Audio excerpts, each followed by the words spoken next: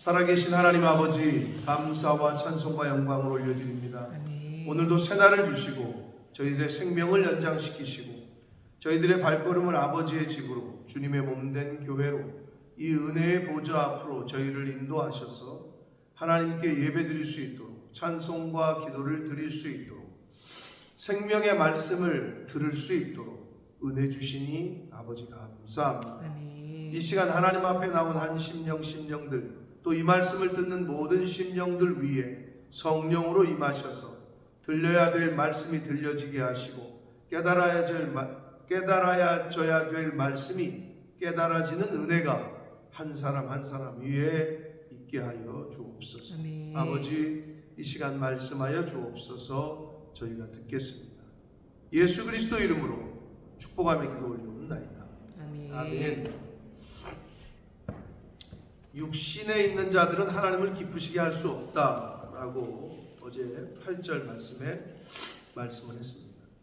이 말은 우리가 다 육신이 있단 말이에요. 근데 그 육신은 우리 속에 있는 정욕, 내 고집, 내 생각, 내 뜻대로 사는 그 모든 것을 말한다.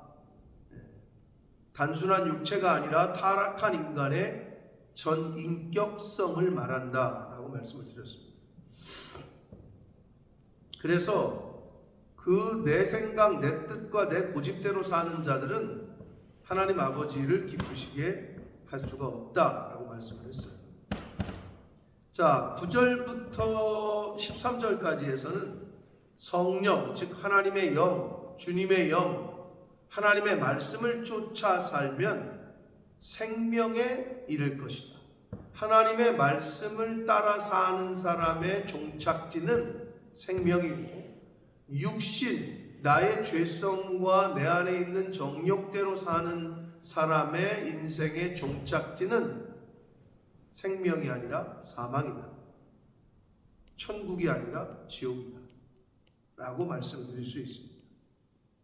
자, 그래서 9절부터 13절에서 그 말씀을 하시는데, 9절을 보시면 만일 너희 속에 하나님의 영, 성령을 말하고 예수의 영, 그리스도의 영이 거하시면 너희가 육신에 있지 아니하고 영에 있는 것이다 라고 말씀해요. 또 우리 속에 하나님의 말씀이 있다는 얘기는 더 구체적으로는 하나님의 말씀을 따라 산다면 이런 얘기죠.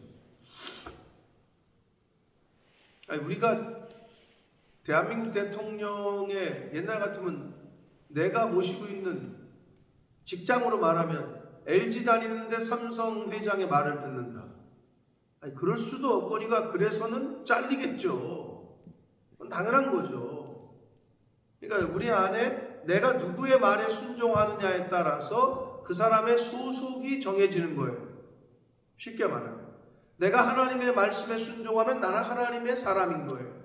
그러나 죄의 법, 내 육신의 속에서 말하는 내 생각과 내 뜻대로 사는 사람은 주인이 난 거예요. 내가 주인이야. 그 차이가 있는 거죠. 그래서 하나님의 영이 거하신다는 말은 하나님의 말씀에 순종한다는 것을 말하고, 그렇게 하면 하나님의 영에 속해 있는 것, 예수 그리스도 안에 있는 것. 그래서 누구든지 그리스도의 영, 성령, 하나님의 영이 없으면 그리스도의 사람이 아니다 라고 말씀하고 있어요.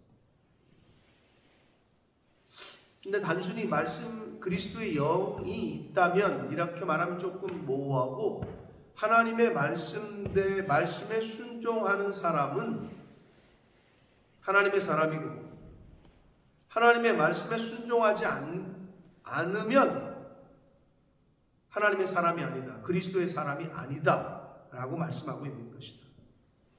10절을 보시면 또 그리스도께서 너희 안에 계시면 몸은 죄로 말미암아 죽은 것이다.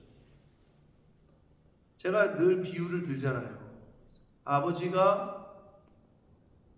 학교 가는 애 또는 출근하는 자녀에게 너무 늦게 다니지 말아라, 11시까지는 들어와라, 라고 말을 해. 뒤통수에 대고 출근을 했어. 또는 학교를 갔어. 근데 퇴근하고 2차, 3차 회식을 가야 돼. 또는 애들하고 놀지. 9시가 지나서 10시가 됐을 때쯤에 아침에 아빠가 했던 말씀이 기억이 나.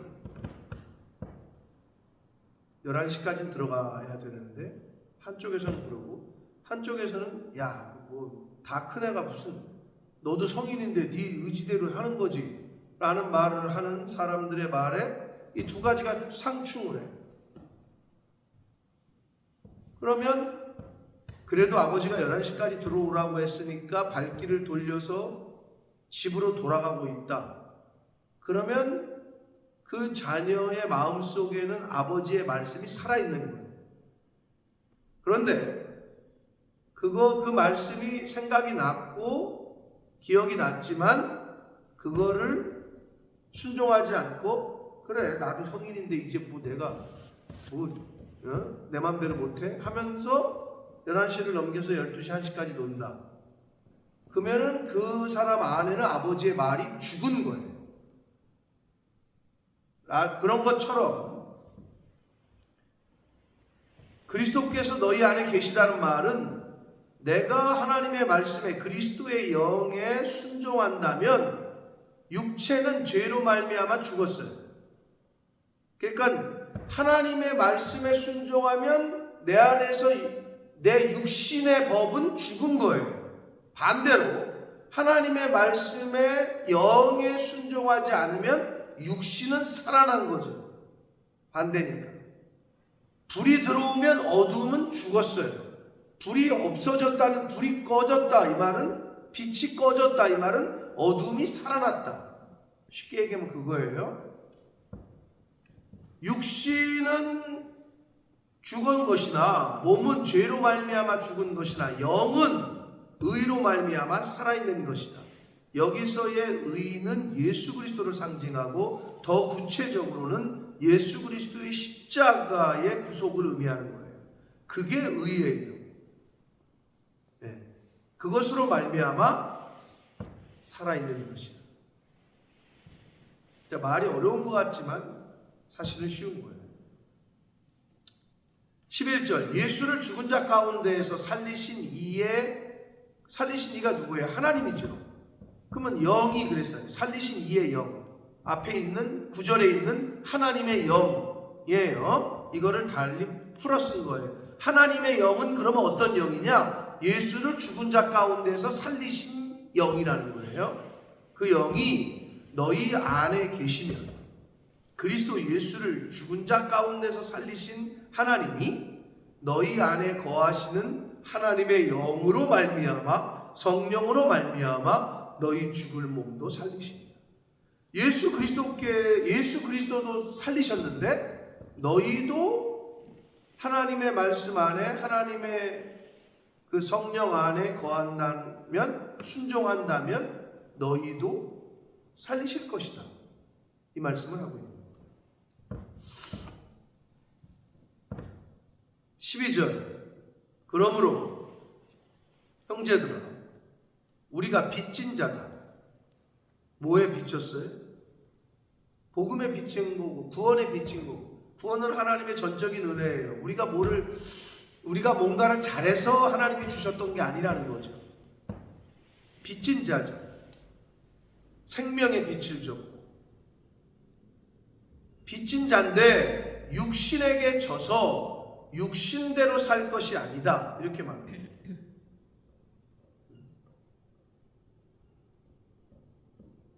자, 앞으로 몇 장 넘기시면 고린도전서가 나오죠. 로마서 다음에 고린도전서 6장 19절을 보겠습니다. 6장 19절.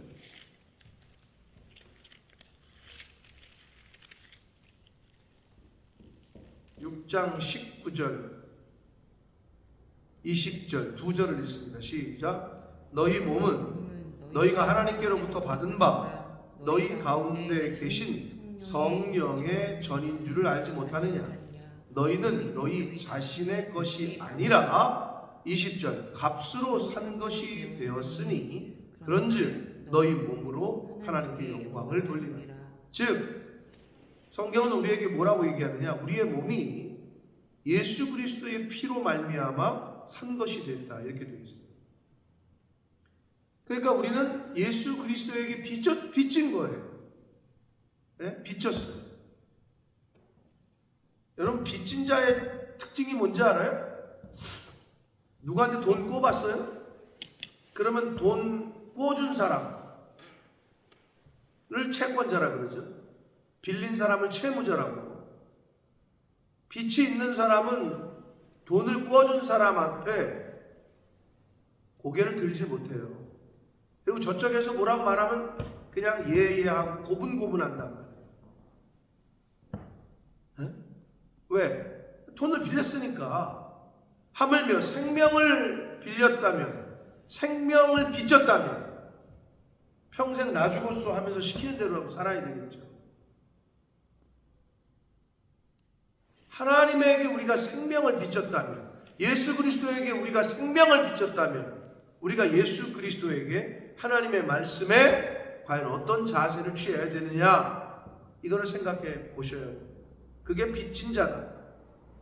그런데 육신에게 져서 육신대로 살면 안 된다. 왜냐? 13절. 너희가 육신대로 살면, 그러니까 한마디로 네 뜻대로, 네 고집대로, 네 생각대로 살면 반드시 죽을 것이라고 나와 있어요. 그냥 죽는 것도 아니야.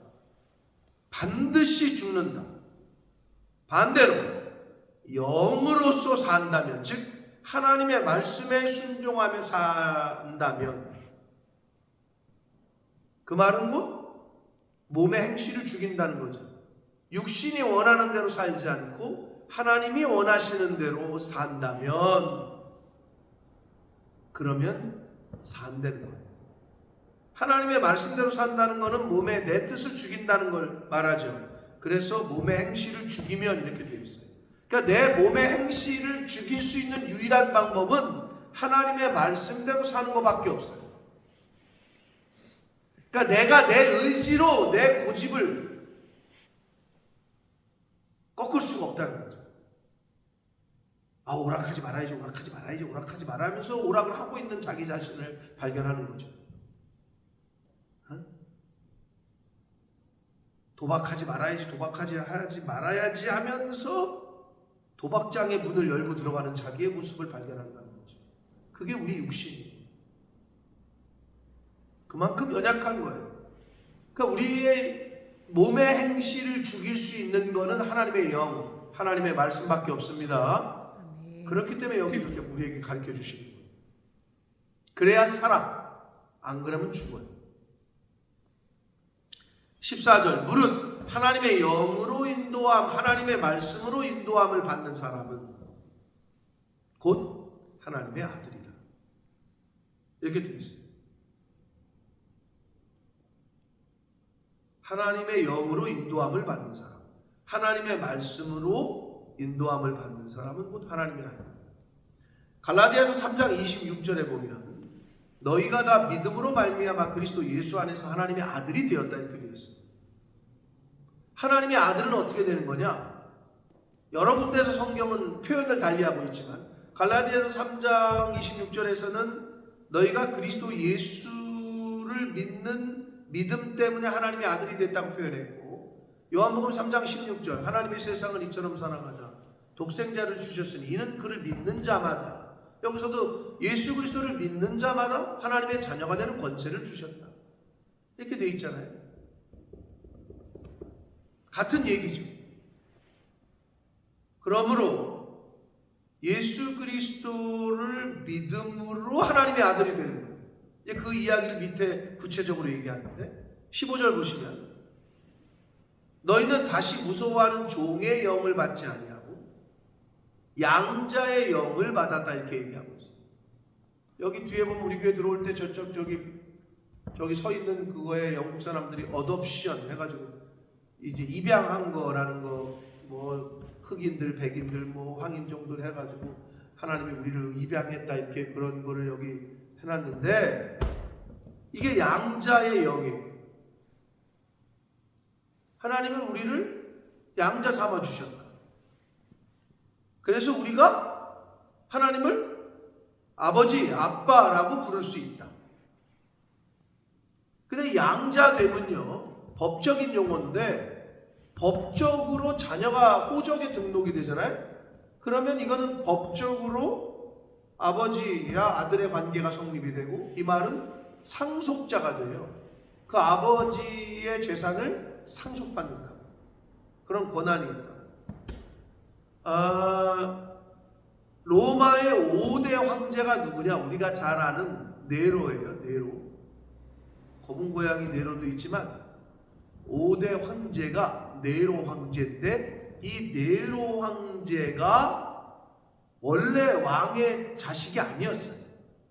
4대 황제였던 클라우디우스라는 황제의 양자된 거예요. 입양돼서 양자로 올렸어요. 그러니까 이 원래는 왕의 자식이 아니야. 그런데 이 클라우디우스가 아들이 없으니까 양자 삼은 거야, 이 네로를. 그래서 이 네로가 나중에 5대 황제가 돼요. 비슷해요. 하나님 아버지가 우리를 양자 삼았으니까 우리는 하나님의 자녀가 됐어요. 그러면 상속자가 되는 거예요. 그 이야기를 16절, 성령이 친히 우리의 영과 더불어 우리가 하나님의 자녀인 것을 증언하신다. 이거를 왜 이렇게 썼냐 하면, 이게 지금 로마서가 누구에게 썼다고? 로마에 있는 성도들에게 썼다고. 그러니까 로마에 있는 성도들도 너무 잘 알아. 뭐를? 한 사람을 입양할 때 내가 입양했어 그러면 안 돼. 증인이 있어야 돼. 그거를 입양했다라는 거를 증언해줄 증인이 분명히 있어야 된다고. 2사람 이상이. 여기서도 우리가 하나님의 자녀인 것을 누가 그럼 증언하느냐? 성령이 증인이시라는 거예요. 성령이 증언한다는 거예요.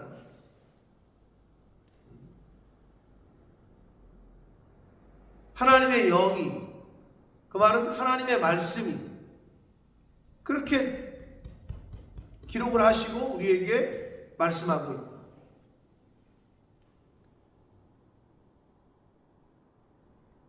하나님의 영이 아니여 하고서는 예수를 그리스도로 시인할 수 없다라는 말씀과 결을 같이 해요. 내 안에 하나님의 영이 없으면 예수를 그리스도라고 시인할 수도 없고 하나님을 아버지라고 부를 수도 없어요. 교회를 처음 온 친구들은 하나님 아버지라는 말이 굉장히 어색하다. 그렇게 말하지를 못해요. 그런데 우리는 너무 자연스럽죠. 그게 은혜인 거죠, 사실. 그래서 여기 나오잖아요, 이제 17절. 양자가 됐다라는 거는 자녀가 됐다라는 거고, 자녀가 됐다라는 거는 상속자가 됐다는 거예요. 자녀이면 또한 상속자다. 근데 누구의 상속자냐? 황제의 상속자라고 해도 진짜 야 대박이다. 네가 사장님의 저 회장님의 양자가 됐어? 그럼 회장의 상속을 받는 거란 말이야. 근데 곧 하나님의 상속자라 이렇게 돼 있어요. 그런데 하나님의 상속자는 다시 한번 표현하는데 그리스도와 함께한 상속자다 이렇게 돼 있잖아요. 근데 이게 차라리 하나님의 상속자요 그리스도 때문에 상속자가 된, 이게 더 이해가 쉽죠. 예수 그리스도 때문에 우리가 상속자가 된 거예요. 또는 예수 그리스도를 믿음으로 상속자가 됐어요. 왜? 예수 그리스도를 믿어야 하나님의 아들이 되니까. 그렇죠? 그렇게 생각하시면 더 쉽습니다. 상속자인데 하나님의 상속자야. 그런데 하나님의 상속자가 어떻게 됐느냐? 즉 하나님의 아들이 어떻게 됐느냐? 예수 그리스도 때문에, 또는 예수 그리스도를 믿음으로 상속자가 됐다는 거지. 그래서 그러면 회장의 아들이 됐어요? 또는 왕의 아들이 아닌데 왕의 아들이 되면 어떻게 돼요? 난 왕이 아닌데, 그럼 왕궁의 법도도 모르는데? 근데 왕의 자녀가 되는 순간 왕궁에 들어와서 살아야 되고 왕의 법도를 배워야 되겠죠. 회장의 아들이 아니었는데 회장의 아들이 되는 순간 그 가풍과 그 기업의 모든 것들을 배워야 되겠죠. 똑같은 얘기를 하고 있어요. 우리가 예전에는 죄의 법 아래 죄의 종으로 살았지만 하나님의 영으로 하나님의 아들이 됐다면, 하나님의 상속자가 그랬다면 그 사람은 우리가 그와 함께, 하나님과 함께 또는 예수 그리스도와 함께 영광을 받기 위하여 고난도 함께 받아야 돼요. 이렇게 되어 있어요. 자, 8장을 시작하면서 그리스도 예수 안에 있는 자, 예수 믿으면 뭐가 없다고? 정죄함이 없다고. 뭐는 있다고? 고난과 연단과 징계는 있다. 말했죠? 같은 얘기. 하나님의 자녀가 됐어요? 야, 이제 난 하나님의 자녀야. 그러면 고난이 없어요? 아니라니까. 고통도 있고 고난도 있고 징계도 있다라니까. 네? 여기도 나오잖아요. 영광을 얻기 위하여 고난도 함께 받아야 됩니다. 디모데 후서 1장 8절을 읽겠습니다. 신약성경 디모데 후서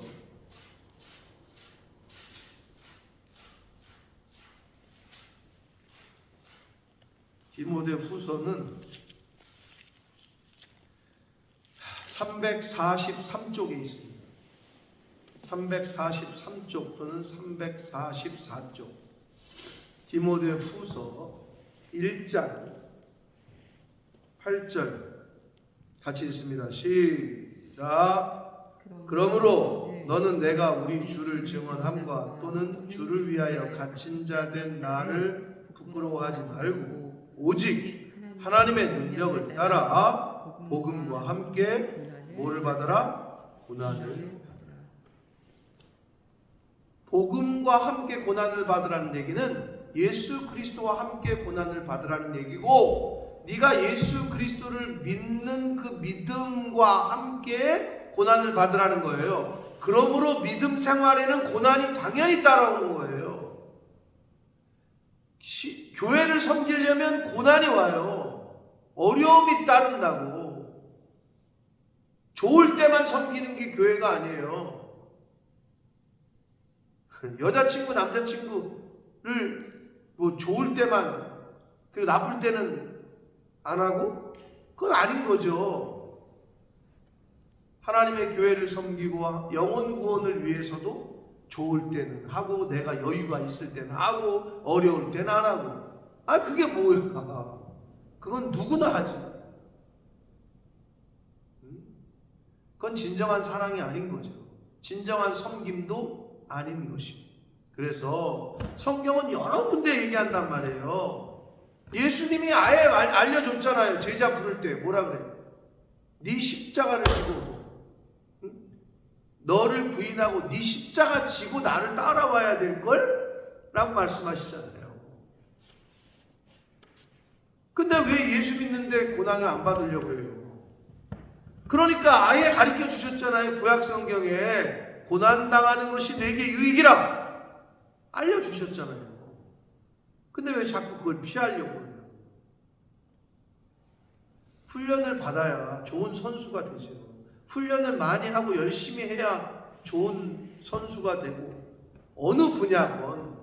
근데 훈련 받는 게 쉬워요? 공부하는 게 쉬워? 그게 고난이죠. 어떤 의미에서 힘들죠. 절제해야 되고 참아야 되고 똑같아요. 영적인 생활도. 근데 착각한다. 예수 믿으면 복이 와요. 복이 오죠. 궁극적으로 복이 온다고. 근데 그 과정에서 고난이 있어요.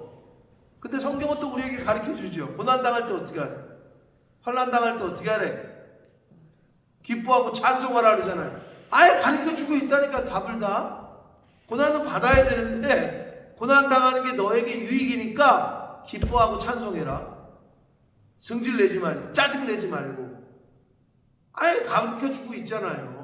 근데 그걸 안 하고 못 하고 있는 거지 우리가. 응? 사랑하는 성도 여러분, 우리가 다 똑같습니다.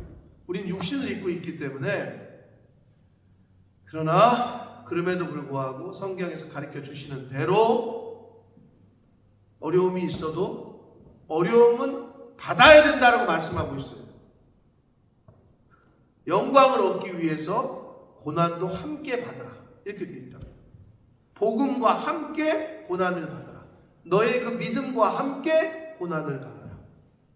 예수님과 함께 고난을 받아라. 이 말씀과도 같은 거고, 교회와 함께 고난을 받아라. 교회가 잘 될 때 숟가락 얹으려고 하는 사람들이 있어요. 다 인간의 그런 심정이지. 잘 될 때 모이지. 어려워질 때가 진짜라고 그랬잖아, 내가. 다 도망간다니까. 어려워지면 그때 드러나는 거야. 이때를 위한 믿음이라. 그래서 어떻게? 불로 공력이 다 타는지 안 타는, 내가 쌓은 믿음의 공력이 불시험을 통해서 내가 쌓은 게 진짜였구나, 가짜였구나, 이게 드러난다라고 히브리서에 말씀합니다.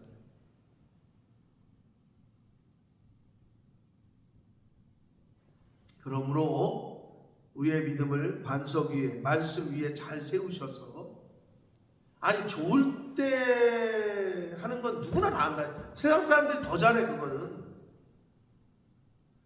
그러나 하나님이 테스트를 하신다. 하나님이 하시는 건 테스트고요, 사단이 주는 거는 템테이션이고요, 유혹이고. 근데 하나님이 테스트를 하셔요. 학교에서도 테스트를 하잖아요. 여러분, 학교에서 시험을 보는 게 테스트예요, 템테이션이에요? 학생들한테 왜 학교가 나를 이렇게 유혹을 하지? 나를 이렇게 어려움에 빠뜨리지? 그러려고 시험을 봐요? 그런 학교가 어디 있어요? 그거는 테스트죠. 우리 인생에서도 똑같아요. 그거를 구별하라고.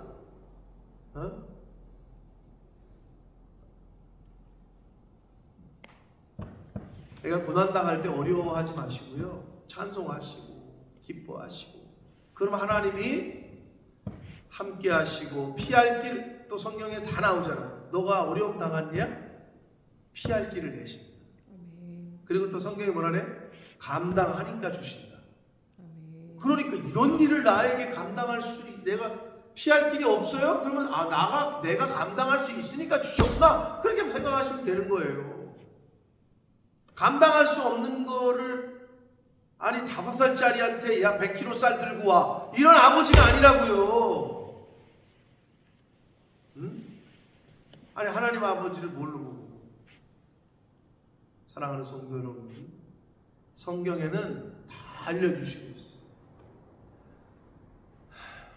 그러므로 오늘 하루도 우리가 하나님의 자녀가 됐는데, 하나님의 자녀면 상속자인데, 상속자라면 네가 교회 집사고 목사고 권사고 장로야? 성도야?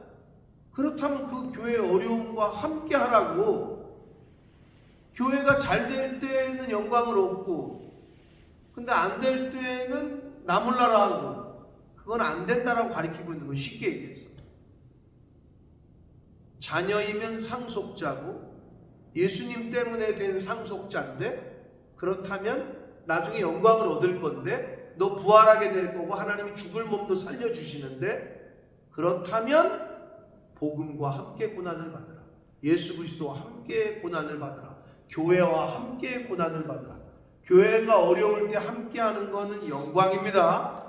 그때가 진짜 백이라는 거예요.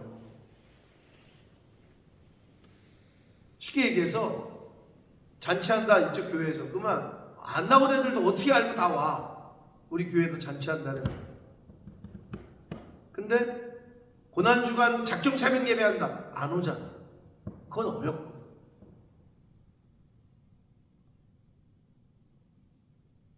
쉽게 얘기하면 그런 거예요. 또는 교회가 어려워졌대. 그럼 성경의 잠언에 뭐라 그래요? 잔치집에 가래요? 초상집에 가래요? 왜요? 잔치집에는 오라고 안 해도 어서 알아듣고 다 와. 근데 초상집에는 안 가. 근데 성경은 초상집에는 가라고 얘기하잖아요. 여러분, 우리가 인생을 살면서 정말 바르게 살고 정말 하나님의 뜻대로 살고 하나님이 기뻐하시는 대로 살려면 그래서 성경을 읽어야 되고 들어야 되고 배워야 돼요. 자, 고난도 함께 받읍시다. 근데 고난이라는 말이 너무 어렵게 느껴질 수도 있지만, 자, 피할 길을 내신다고 했고 감당할 만한 것만 주신다고 했다. 그러니 우리는 고난당하는 게 내게 유익이라고 했으니까, 또 고난과 환난 당할 때 찬송하고 기뻐하라고 했으니까 그렇게 살면 되는 거예요.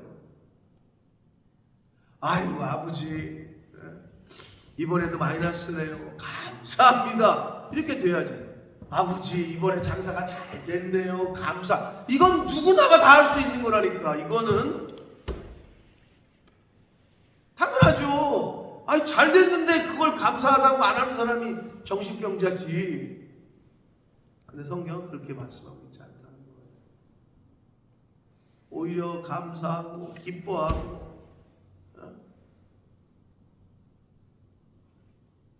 근데 그렇게 살면 세상 사람들이 볼 때는 미련하게 본다니까요. 저거 미쳤나? 이렇게 본다니까요.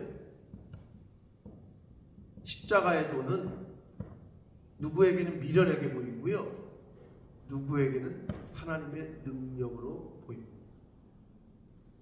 바라기는 예수 그리스도의 십자가는 말 그대로 고난이에요.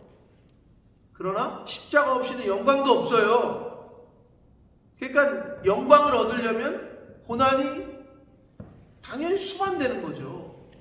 아니 식스팩은 그냥 되냐고.